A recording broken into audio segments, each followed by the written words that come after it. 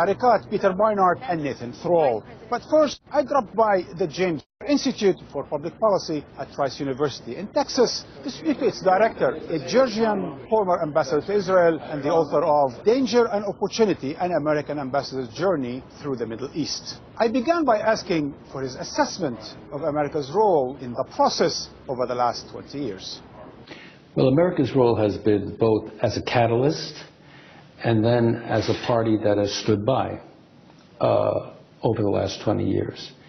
But we have missed too many opportunities, and I believe the United States has not been actively engaged in the process in a meaningful way at various points over the 20 years to make a real difference. But to come to a final agreement, the issues are so profound that, and the differences between the parties still so wide, that without a strong American hand, I do not see the parties coming together to do it. So that's why I think the criticality of who? The President of the United States. Because without the President of the United States fully committed to Israeli-Palestinian negotiations, no matter how good his Secretary of State is, it's not going to happen. It's been 20 years.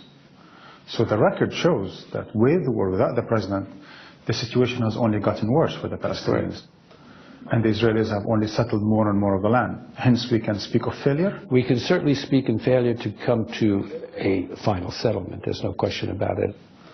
Don't you think that there was this original sin whereby the dissymetry in recognition was that the representative of the Palestinian people will recognize Israel as a state, but Israel will only recognize the organization called the PLO? Yes, there's always been, it's an asymmetric relationship between Israel and the Palestinians even today. But shouldn't have that been the role of the United States to ensure that there's a certain symmetry between the Palestinians and Israelis? Yes, and we tried hard.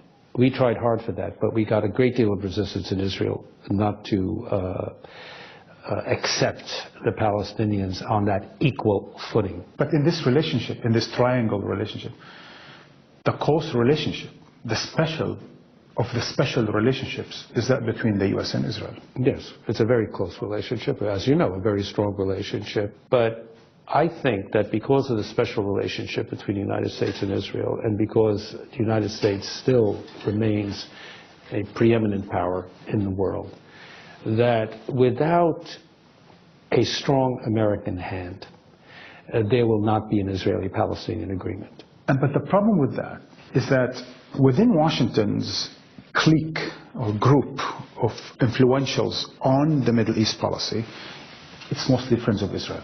Well, I think you have people who get hooked on to this Middle East process. I hate the word peace process. To me, it's like a food processing machine, you know, process for the sake of process. We have to move from conflict management to conflict resolution, from talking about peace to actually engaging in peace negotiations. That is the trick.